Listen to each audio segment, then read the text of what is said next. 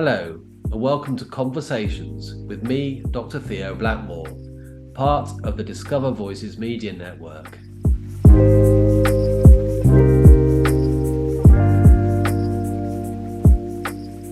So hello, welcome to the latest Discover Plus podcast. I'm Theo Blackmore. I'm from Disability Cornwall and the Isles of Scilly, and today I'm talking to Emma Geen. Emma Geen. And what's your job title?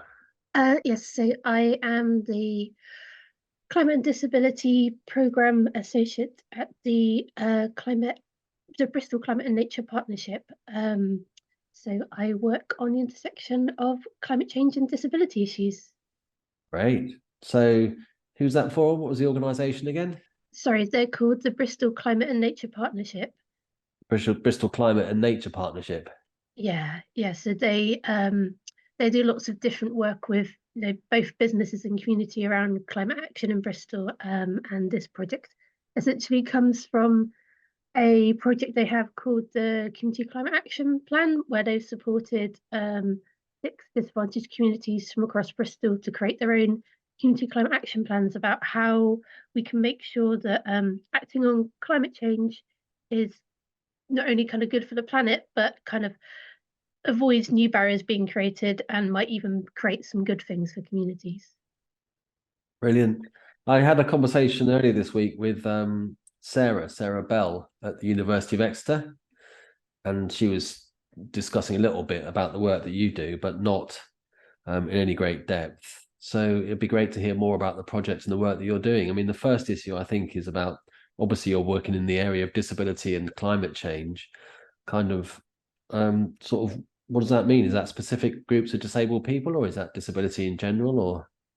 Yes, so I work kind of pan impairments across disabled people. I think it's an issue that is, I mean, I say quite a lot, I prefer the word like everything change to climate change quite often, because in a sense it's something that's going to change every aspect of our lives. And so in a sense, probably there's no disabled people, there's no people who aren't going to have their lives impacted in some way by climate change. And so it's really important that we consider how these changes are going to impact on all different types of impairment and make sure that everyone's needs are included, because obviously as a community we have incredibly diverse and different needs, and it will mean different things for different people.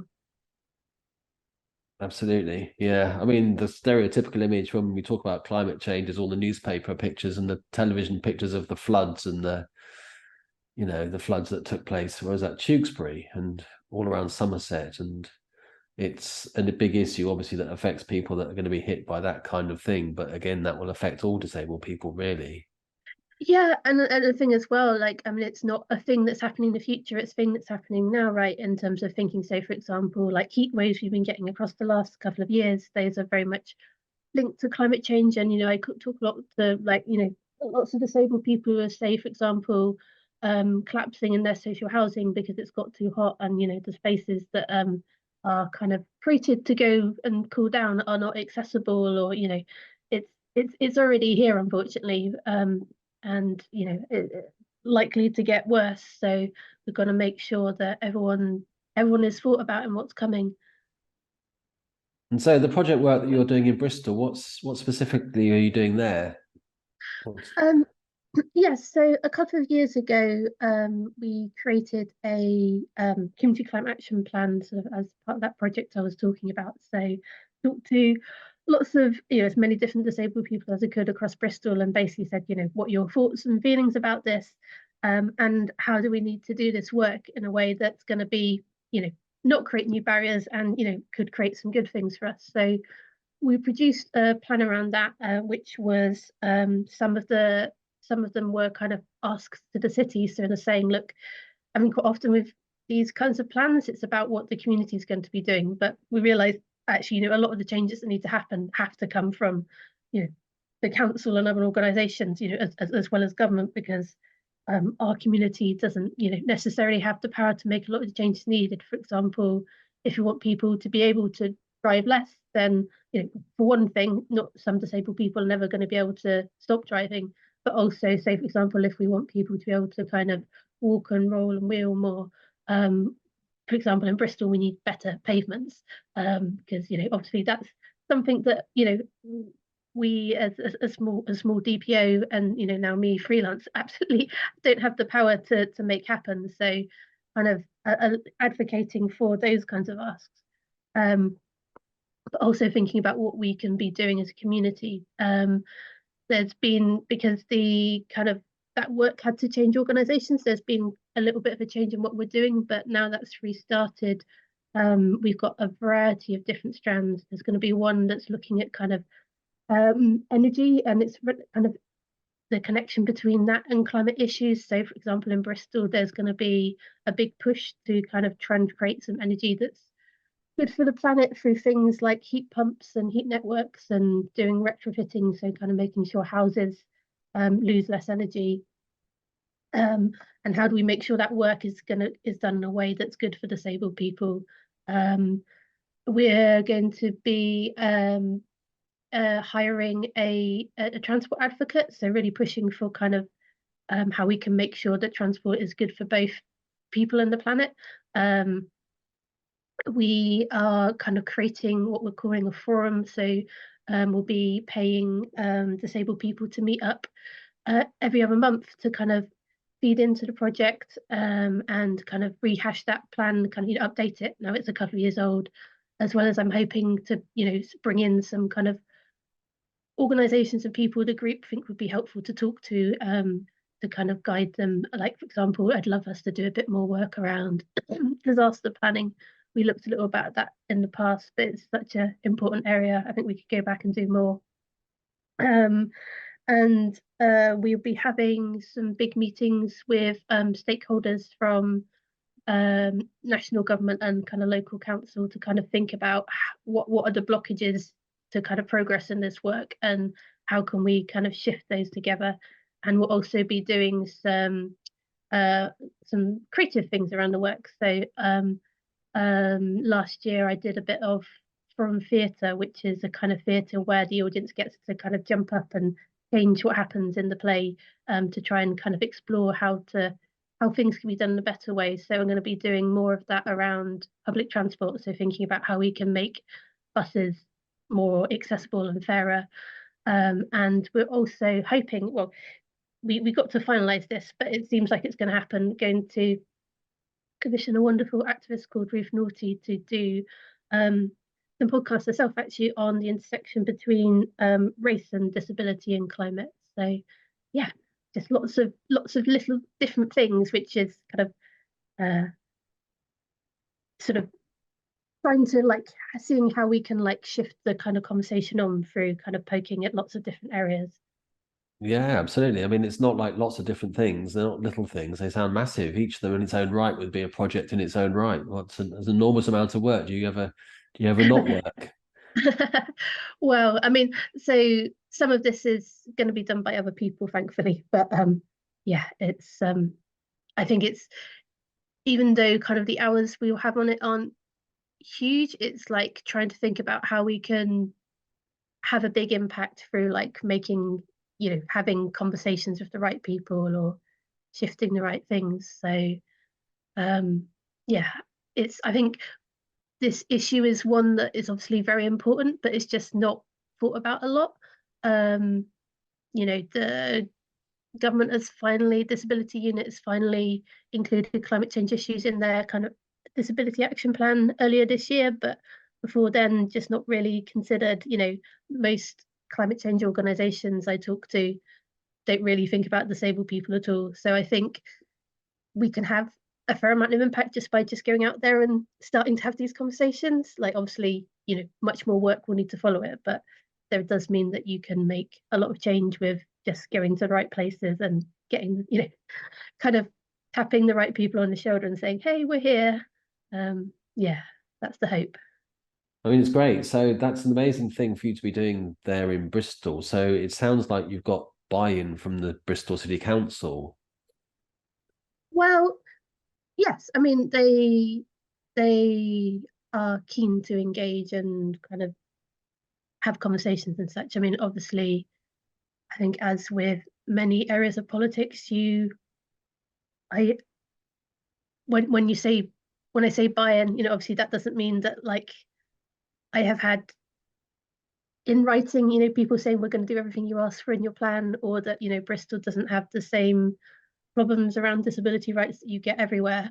But I guess there is a interest to engage, which I am grateful for.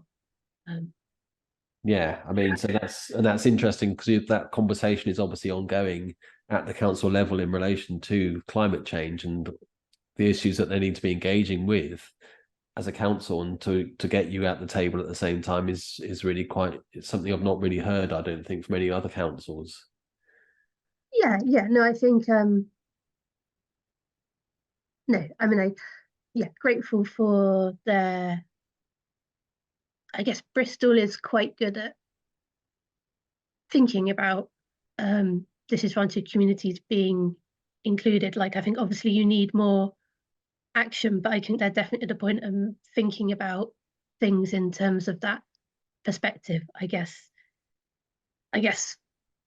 from the outside, I guess you can see the positive things, and from the inside you can see the more work that needs to be done. But I am grateful and celebrate what they do, whilst it's being my job to kind of say, actually, we still need some more. No, there will always be more, won't there? I mean, there's always more. I mean, so the thing about climate change, as you say, so some of the things you were talking about then, you were talking about disaster planning. I think one of the key issues is that disasters will happen. There will be flooding, there will be heat waves, and there will be really cold spells. So as well as having people's homes insulated and all those sort of things. But the key bit, I think, is about mitigation before it even gets to a state of being a disaster. So trying to put as much in place so that disasters don't occur, essentially. I mean, there will always be moments of too much water or too much heat or too much cold. But in terms of the response to that, hopefully we're not going to all have to get out of our houses and go and live somewhere different for a period of time while they sort it all out again. Yeah, I mean, I guess, and this is the kind of interesting thing about terms of how it relates to disability, right? Because so disabled people are obviously one of the communities that are most at risk. So we're kind of about 3 to 4 times more likely in some cases to die or be injured by climate disasters. So obviously this kind of thing will impact us really badly.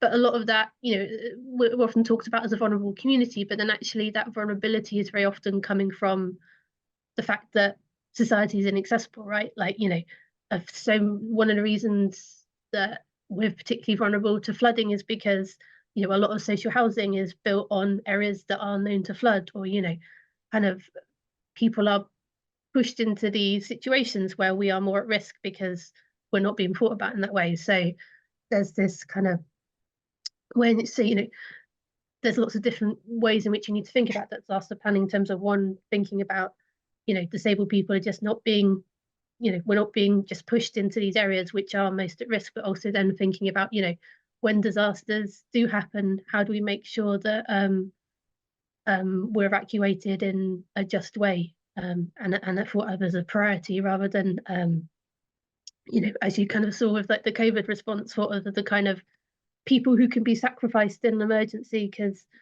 society thinks we're just not as valuable as other people.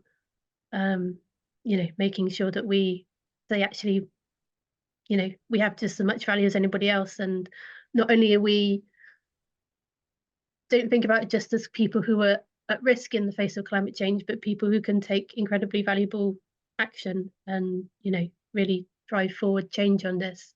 And I guess another thing I talk about as well in terms of the importance of acknowledging that I think climate change is happening because of some very problematic sort of ways of thinking about society and way things are done, that thinks about kind of life only in terms of its value being money being made for somebody somewhere. So, climate change is basically the result of like nature being abused and exploited because certain people are making profit, namely often big oil companies.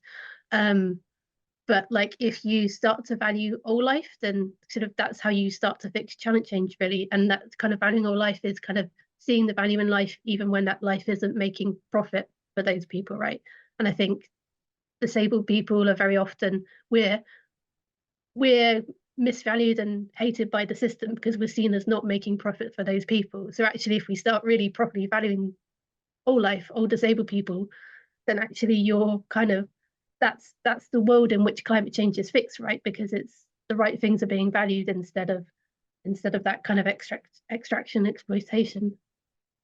It's very interesting question. Loads of less stuff in there is very interesting, but the whole notion about disabled people as not being part of the capitalist profit-making enterprise is kind of a miscalculation in many ways, I think, because there's just a huge industry around disability, and it's enormous. You know, the number of people in this country who are employed in relation to disability and disabled people who would otherwise not be employed. So the whole care sector, you know, largely the social care sector, lots of health professionals, but then all the gadgets. You know, I've got 2 electric mobility scooters. That's a massive industry. And then all of the kit that comes with disability, whatever that might be. So I think it's kind of it's a misnaming, really, a misunderstanding of disability and what we do and how we are. Yeah, I mean the value of the purple pound, and again, like obviously, care is like a huge climate change issue. It's just not thought about in terms of like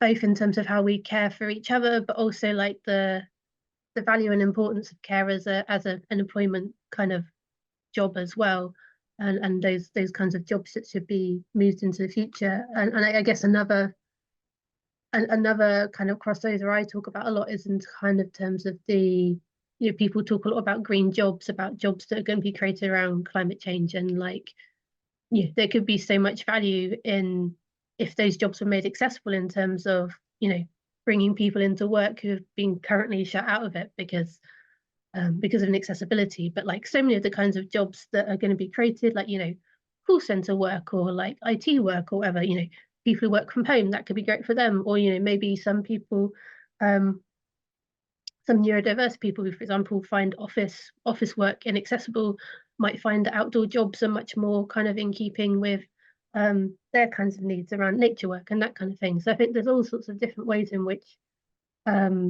if you want to look at it from like a perspective of profit making and sort of fitting into the kind of current system, then there's so much that could be done in terms of that intersection of disability as well. Yeah, and it is the whole thing about sort of renewable energy sources and all of those kind of things, wind farms, wind turbines, solar panels. There's massive industries to be, that one of the industries which really is kind of under thought about, I think, is the industry which is in relation to batteries. So what they say is that, when the wind stops and the sun's in, then there's no power being generated. Well, if you store the power that had been generated anyway, then in battery technology, then basically those issues would kind of disappear, I think. Yeah, I mean, it's I'm not a technical expert in these things, so like maybe something I didn't have so much to say on, but I think one of the things that gets really interesting in terms of that side of things is in terms of disability is like I think there's like a lot of work needs to be done in terms of, say, for example, the importance of batteries in people's homes to allow disabled people to have the same access to sustainable energy as other people. So there's like a lot of work being done right now around kind of what's called demand side flexibility, about kind of making sure that people are kind of using energy at different times. And so, because say, for example, right now, like the energy grid will have this massive surge at times, like say, for example, in like ad breaks in something like Coronation Street, when everyone's going on, ad break, they go on, switch on their kettle, and then you get this huge surge in like the kind of energy demand, which then puts pressure on these systems. So then they're like they try to make energy cheaper at times when, say, for example, at night when people aren't using it so much. But obviously, disabled people are often, a lot of disabled people don't have that choice about when they use that energy because, like, you need it right now. In some people in terms of life maintaining equipment. So how do we make these changes around energy in a way that means that disabled people can be benefiting from that in the same way?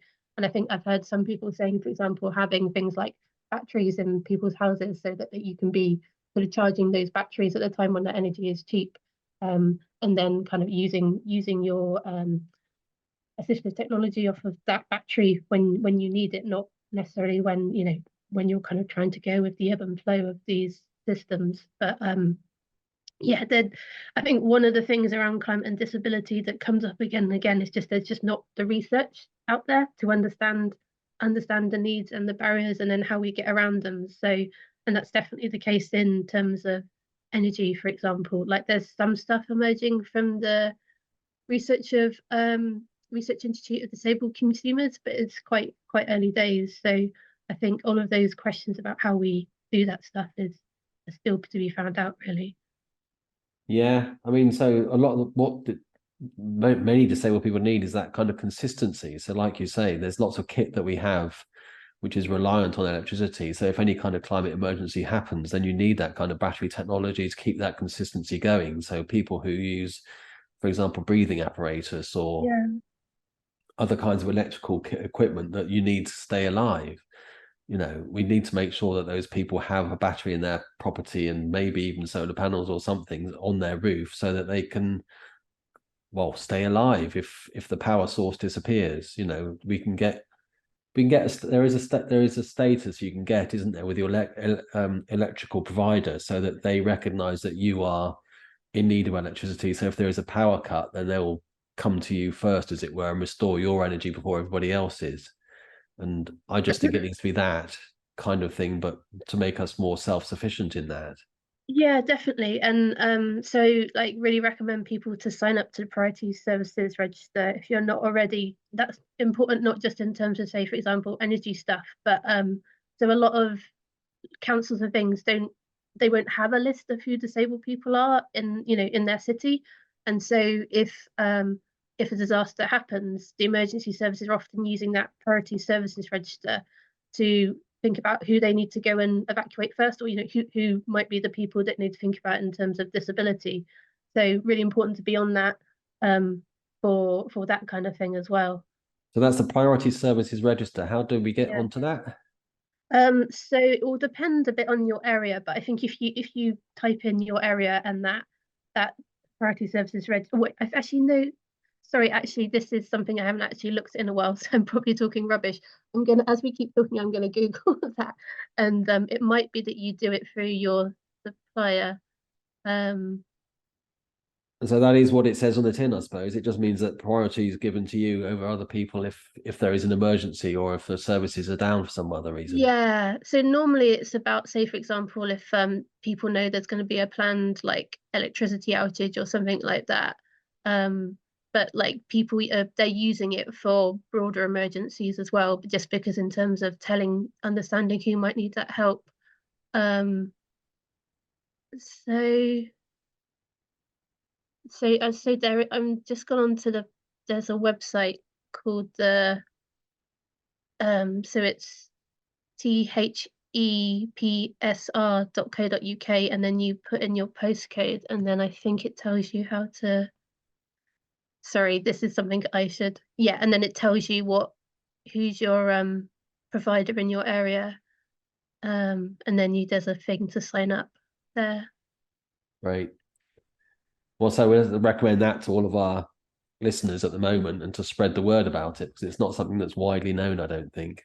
Yeah, I mean, another thing to think about in terms of disasters and stuff, so do that. And then people talk a lot about to-go bags. So like having a bag kind of near your door where, like, say, for example, if anything happened, you had your most important stuff in there that you could grab and go with. Like I know that can be more complicated for disabled people, say, for example, in terms of like just being able to afford to put like another, having two sets of something so you can have what you need in there ready to go, or medication and stuff. But as much as you can within kind of your resources, then it's worth having sort of starting to think about that, just in terms of like you know um just it's safer to have to think about while you have the headspace than to kind of suddenly realize you don't have it when things get difficult. Absolutely. So my son lives in Japan, and in Japan, what they have is an earthquake bag. So they have an earthquake bag in their flat, in their house, so that if they have to get out of their property and go to a safe space, they pick up that bag and run with it. So, my son, his wife, and their child can have what they need wherever they are. So that is a similar kind of thing, I guess, is a to-go bag.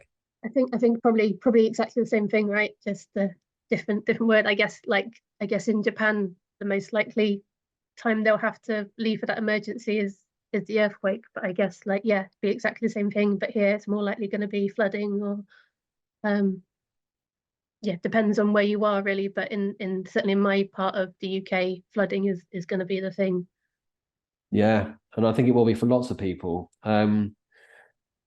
Yeah, so it's about trying to make things as secure and safe for everybody as possible, whatever the situation as it comes up. You mentioned something earlier about a theatre style. What was that called? The interactive theatre, where people come up and join in and change the plot, as it were, or change the conversation. It's called forum theatre. This is not anything that's particularly related to climate change or disability, but it's basically about a type of theatre that's trying to think about making people more empowered and helping people think through how to make positive change. So yeah, I think just sometimes transport is one of those issues that leaves people feeling like very disempowered, right, and very trapped, and like certainly it's one of those things which is kind of often the gate to everything else in the city, like the gate to jobs, the gate to having a social life, the gate to shopping and stuff. And so when it's not working, I think it can be incredibly difficult for a lot of people. So I guess it's doing it through creativity and theatre can be a way to help people explore, sort of practice ways in which they can respond to certain situations. And so the last time thinking a lot about say for example unfortunately in Bristol there are a lot of bus drivers who are very discriminatory and just generally yes, a lot of bad situations for a lot of disabled people with bus drivers and how they interact with disabled passengers. We had a bus driver join us and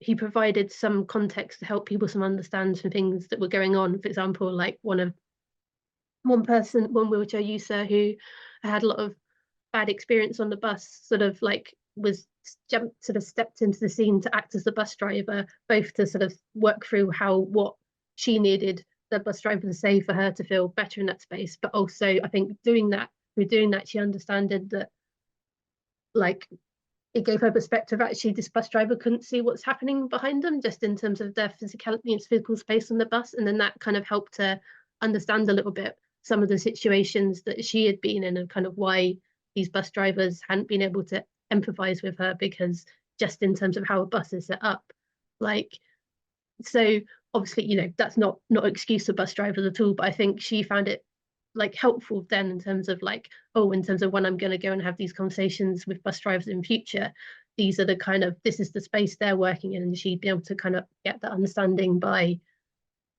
acting out being a bus driver. And so all of these things, they're kind of, my colleague, what he calls them is wicked problems. So problems which have been around forever and don't look like they're going anywhere soon, or going to be resolved at any time soon. And some of the wicked problems in relation to disabled people relate to pavements and public transport and getting around. I've got an electric scooter that I get around, as I mentioned, I get around on it. It's a massive, great big thing. And I go on the pavement on it sometimes, but it's way smoother to go on the road. The pavements are just so hobbledy-pobledy, and it's, all up and down. And for people with mobility issues, there's tripping over, there's people with visual impairment issues, you can't see where some of the obstacles are.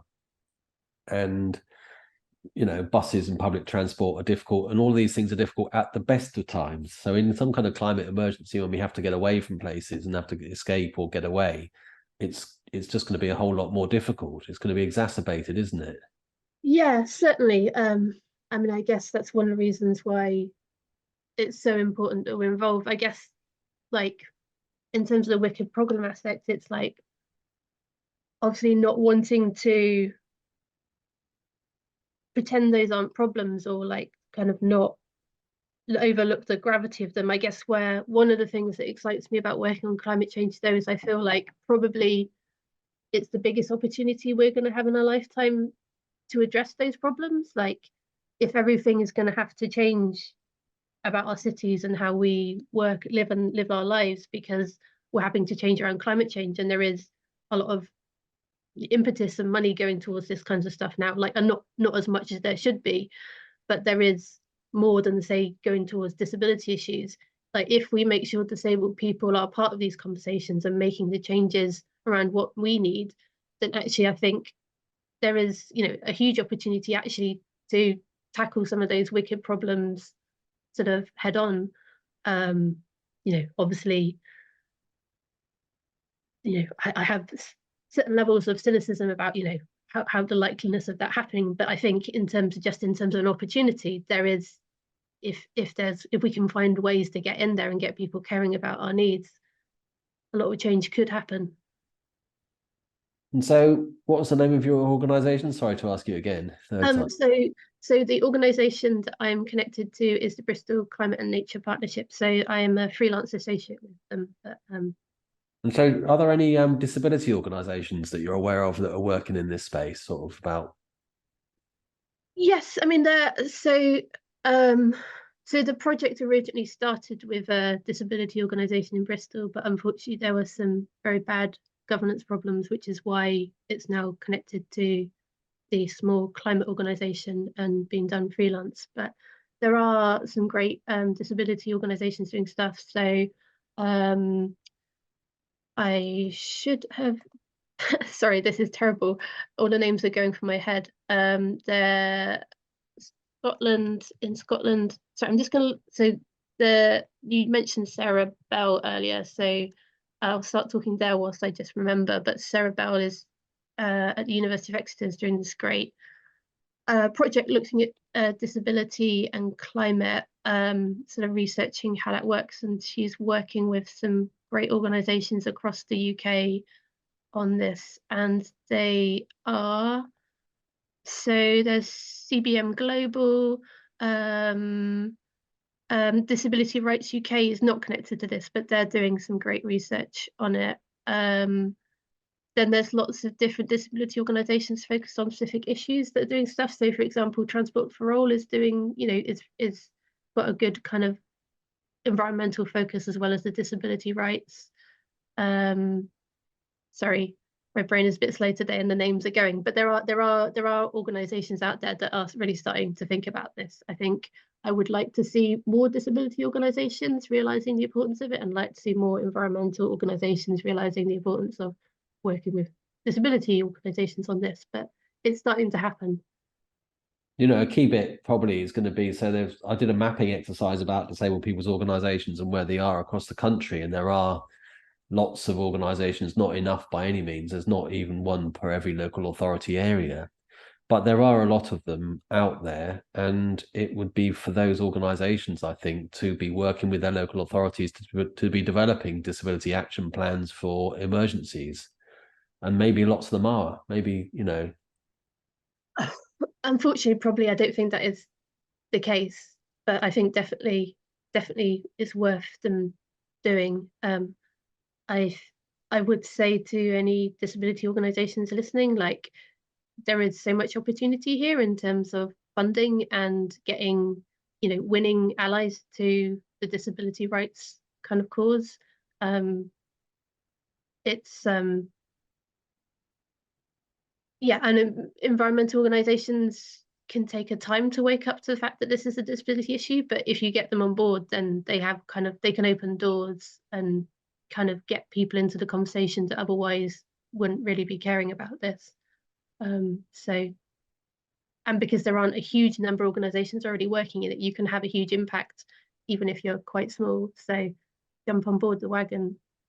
I mean, you can have a huge impact locally without a doubt, because, if you're, for example, a disability organisation where I am in Cornwall or in Bristol, it's not for anybody else to be figuring out what the action plan for Cornwall is going to be in relation to disability. No one else is going to be doing that. Yeah, definitely. Yeah. And it's such an important issue to be thought about. So I mean, obviously it's incredibly important to think about in terms of like it's incredibly important to think about the needs of disabled people always. But I guess one of the things I say to a lot of councils when they're like starting to think about this is, the fact that, being disabled is the only kind of minority group that anybody can enter at any time and is likely to enter within their lifetimes. And, the changes we're making to our societies now around climate change are going to be with us for the rest of our lives.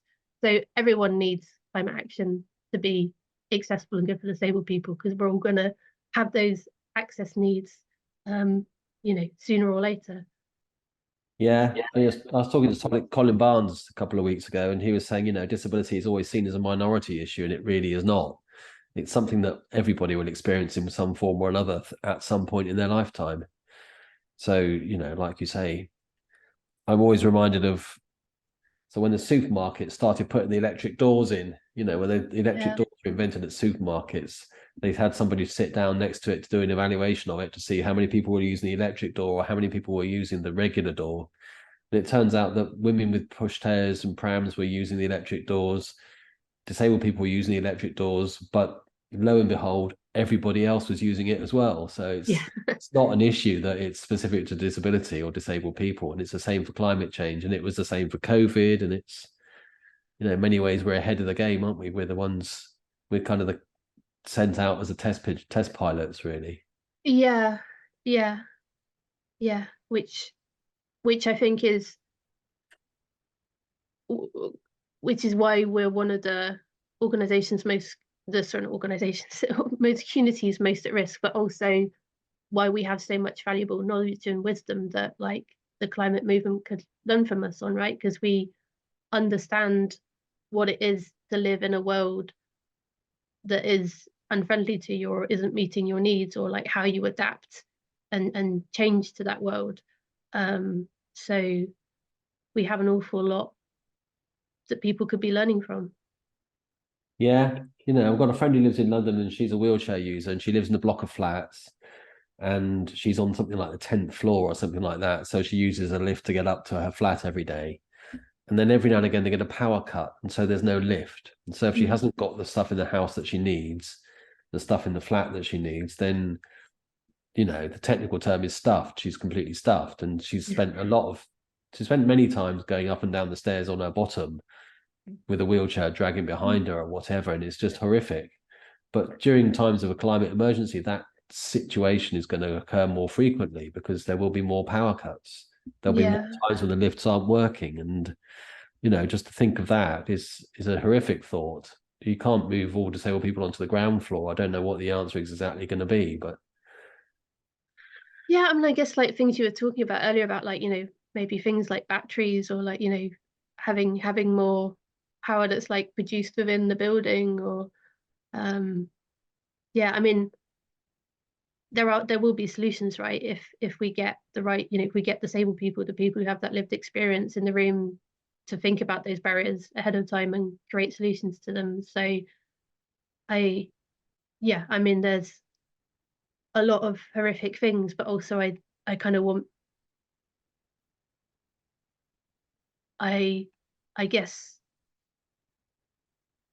I don't want people to dwell on that, because I think there's a whole like solution space in which we should be pushing ourselves to be in before we get to the space where we're like, I mean, obviously we need to have spaces to process the emotions of the difficult stuff to come, because that is very real, but also I don't want people to give up either. There's no excuses for climate action not to be accessible and inclusive. We just got to make sure we're in the room and they can't ignore us. yeah, it's difficult, like you say. It gets very difficult because it can very quickly turn into just negativity and negative conversations. But if we build our houses so that they are better insulated, so that we do have solar panels on the roof, so we do have batteries in the house, then suddenly we're all off grid. So you're saving just a whole lot of cash, and the cost of living crisis goes down. That all requires a bit of an outlay, but there are any number of schemes out there at the moment. I've got a friend who's on benefits, and he had his house entirely insulated and solar panels put on and air source heating pumps put in, and it was all done without him having to put a penny into it. It's all there are schemes and grants out there right now for us to be doing this in anticipation of things changing in the future. Yeah, and I think what we need almost is that. I think what's missing often is that middle step of helping people who need that most to access those kinds of schemes, right? Because I think often the problem right now is that they tend to be used by people like,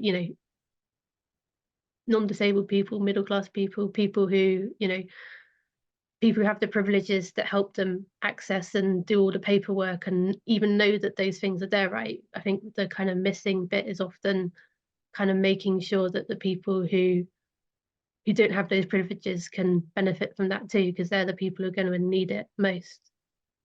Yeah. And yeah, exactly. And so that whole thing around, earlier when we were talking about the getting on the priority services register, and then we were talking about climate change and the flooding dangers, and then we all have in our minds who's going to be affected by these things. But there are certain groups of disabled people who will find it very difficult to access those things for whatever reason. So people with a visual impairment might not be going online as often as people who have not got a visual impairment, and people with learning difficulties might not have access to the kind of technology that will facilitate it for them as well. So there's whole groups of disabled people who are also more marginalized again. Definitely, yeah. And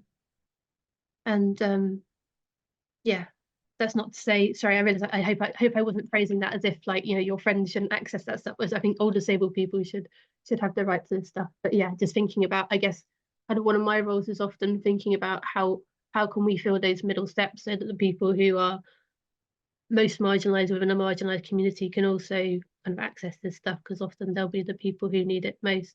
And I kind of feel I'm now just thinking what I should have had this chat before we started talking, really, because of course one of the problems in terms of access to this stuff is often the language and communication around it isn't accessible, and I have definitely not been using kind of plain English language for this conversation, so I'm sorry about that. I should have checked in advance who the audience might be. But yeah, definitely that's one of the other big issues around climate change stuff, is that just the way we talk about it is and communicate about it is not accessible. Yeah, I was good with anybody, I just, I'm not a plain English speaker by nature, I don't think. I waffle and ramble and all sorts of stuff comes out. Is there anything, so what's a kind of positive news story that you'd leave this conversation on? I mean, I think the very fact that you're there in those conversations with your local authorities and you've got people around the table and you're around the same table is a very good positive outcome. Yeah, I think the positive story is that things are changing. Like when I started this work, I guess it was what, like three, 4 years ago now. I'd turn up to these kind of conversations and people would be like, "Why are you here?" And it'd be like just getting them to understand the climate change and disability issue was a huge battle. But like I said, now the the disability, the government, obviously they've got to do the work, but they've recognized that climate change is an issue, more and more hitting like for example, there's Friends of the Earth are doing bringing a legal case on climate change connected to some disabled people and kind of their rights. I hear Greenpeace talk about disability issues a lot. So people are starting to recognize that we're a really important community within this area. And I think if we sort of grab hold of this moment and really make sure that we're in that conversation and thought about, then not only can we avoid some of the really scary stuff that's to come, but we could actually make society better, right? Because I think climate change is ultimately the kind of tip of the iceberg of a whole host of really deep problems about how our society works and functions, and capitalism and all that kind of stuff.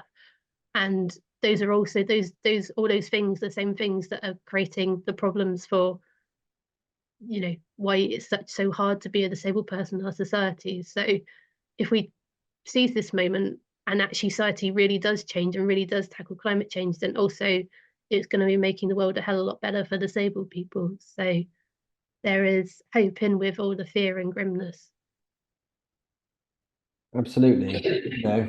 we are 1 billion people across the planet. We are a minority, but we are an enormous minority. It's that number of people.